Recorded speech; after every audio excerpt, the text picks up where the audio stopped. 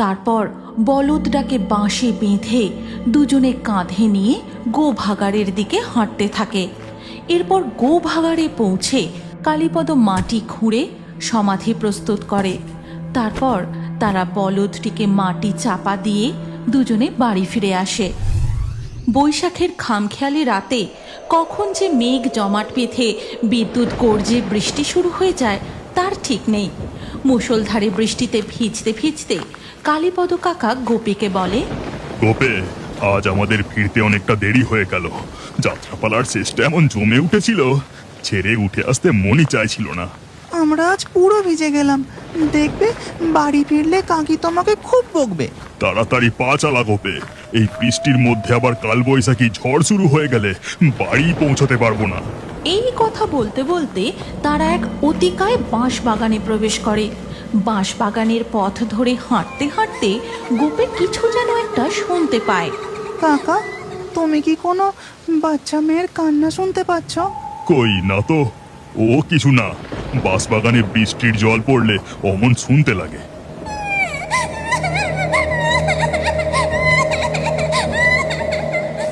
হ্যাঁ গো কাকা, সত্যি কোনো বাচ্চা কাঁদছে। কালীপদ কাকা গোপের কথায় গুরুত্ব না দিয়ে হাঁটতে থাকে। তারা বাঁশ বাগান পেরিয়ে যখন মাঠের পথ ধরে তখন ধীরে ধীরে মেঘ সরে গিয়ে বৃষ্টি থেমে যায়। উহ, বাঁচা গেল। এবার কোনো রকমে বাড়ি পৌঁছতে পারলে বাঁচি বাবা। ঠিক তখনই চাঁদের আলোতে কালীপদ কাকা দেখতে পায় কিছুটা দূরে একটা তাল গাছের নিচে কি যেন দাঁড়িয়ে। তখনই তার কানে কান্নার মৃদু শব্দটা ভেসে আসে। গোপে, তুই আমার হাতটা শক্ত করে ধর, আর রাস্তার পাশে কাউকে দেখতে পেলে তার সাথে কোনো কথা বলবি না। ঠিক আছে, কিন্তু জানো কাকা, কে যেন সত্যি খুব কাঁদছে। আমি আমি এখনো শুনতে পাচ্ছি। হাঁটতে হাঁটতে তারা তাল গাছের কাছাকাছি যেতেই কালো ছায়াটি হঠাৎই তাদের সামনে চলে আসে।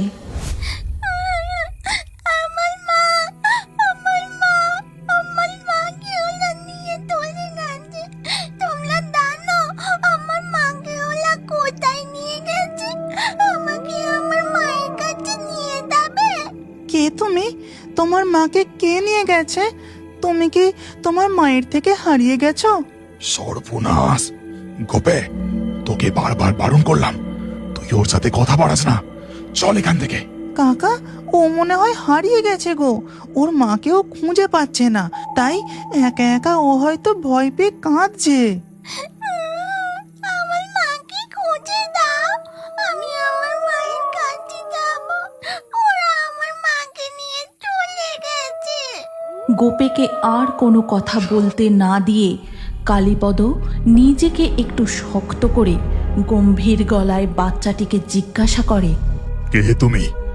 বাড়ি কোথায় তোমার? এত রাতে তুমি এখানে কি করছো? ওই তো একটু দূরে ওই যে জায়গাটা দেখতে পাওয়া যাচ্ছে না, ওখানেই আমি থাকি। পাশে আমার মাও থাকতো, ওরা আমার মাকে নিয়ে চলে গেছে। কালীপদ বাচ্চাটির এই কথা শুনতেই তার হাড় হিম হয়ে যায়। সে থতমত গলায় বলে, ওইখানে? ওইখানে তুমি কি করে থাকবে? ওখানে তো। কালীপদ তার মুখের কথা শেষ না করেই গোপেকে সঙ্গে নিয়ে দৌড় দেয়। দৌড়তে দৌড়তে সোজা গিয়ে থামে গ্রামের বটতলার মোড়ে। কাকা, তুমি এভাবে দৌড়ে চলে এলে কেন? ওই বাচ্চাটি তো একা ভয়ে কাঁদবে। চুপ, একদম চুপ। খবরদার, আজকে যা দেখেছিস, যা শুনেছিস তা কাউকে বলিস না। এরপর কালীপদ গোপেকে নিয়ে বাড়ি চলে যায়। আর ওদিকে মাঠের মাঝে দেখা যায় ওই বাচ্চাটি গো ভাগাড়ে ফিরে গিয়ে একটি বাছুরের রূপ ধারণ করে।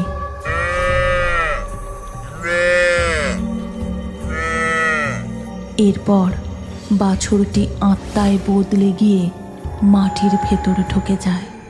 এর পরের দিন সকালে গোপের কাকিমা গোপেকে নিয়ে দুধ দুইতে গোয়ালে যায়। গোপে, তুই বাছুরের দড়িটা ভালো করে ধর, আমি তাড়াতাড়ি করে দুধটা দুয়ে নিই। ঠিক আছে কাকিমা। গোপে বাছুরের দড়ি ধরে দাঁড়িয়ে থাকে আর মাধবী কাকিমা গরুর দুধ দুইতে থাকে। ঠিক সেই সময়, ঠাকুরপো, ও ঠাকুরপো, বাড়িতে আছো নাকি?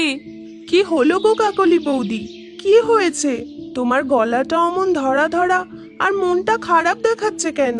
সেই মুহূর্তে কালীপদ উঠানে বেরিয়ে আসে আর বলে, আমাকে ডাকছিলে? কিছু দরকার? হ্যাঁ গো ঠাকুরপো, আমাদের বলদটা কাল রাতে মারা গেছে। ভাগাড়ে নিয়ে যেতে হবে তো। আমার কর্তার সাথে যাবার কাউকে পাচ্ছি না, তাই তোমার কাছে এলাম।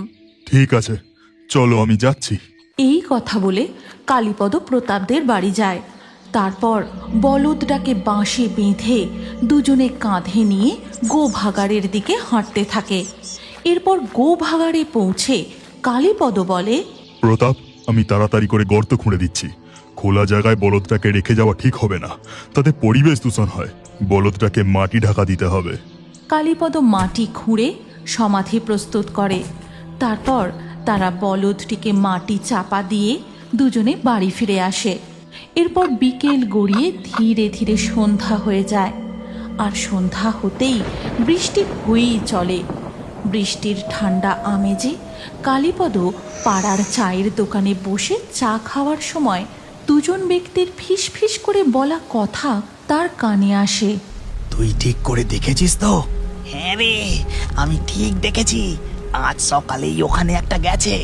আজ রাতেই তাহলে ওটাকে গায়েব করে দিই, কি বলিস? আসতে বল, কেউ টের পেলে মহা মুশকিল হবে।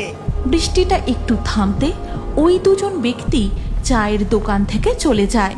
তারপর কালীপদ চা খেয়ে তার বাড়ি ফিরে আসে। এরপর গভীর রাতে ওই গোভাগাড়ে দেখা যায় চায়ের দোকানের ওই দুইজন ব্যক্তি একজন কোদাল হাতে ভাগাড়ের মাটি খুঁড়ছে। পচা, তাড়াতাড়ি হাত চালা। কি করছিস কি? এই তো হয়ে এসেছে, আর একটুখানি এই হয়ে গেছে। পচা মাটি খুঁড়ে দেখতে পায় সেখানে একটি ছোট্ট বাছুর রয়েছে। কি রে পচা, তুই যে বললি সকালে একটা বড় গরু ভাগাড়ে পড়েছে, তা সেটা কোথায়? বড় জিনিস হাতে না লাগলে ভালো দাম পাওয়া যাবে না। ঠিক আছে, দাঁড়া, আমি আশপাশটা একবার খুঁড়ে দেখছি। হাতে অত সময় নেই, এক্ষুনি ভোরের আলো ফুটবে। এটা কি বাঁশে বেঁধে নিয়ে চল। এরপর কালটু ও পচা বাছুরটিকে বাঁশে বেঁধে দু পা এগোতেই হঠাৎ তারা শুনতে পায়,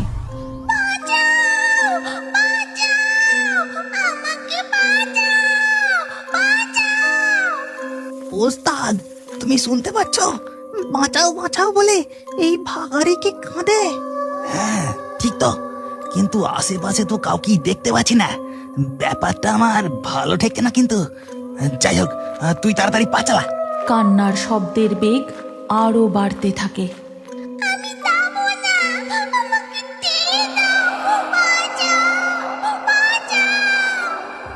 ঠিক তখনই গোভাগাড়ের মধ্যে তাদের সামনে প্রকট হয় এক দানবাকৃতি কালো মিশমিশে গোভূত। তার বিকট গর্জনে গোটা ভাগাড় কেঁপে ওঠে।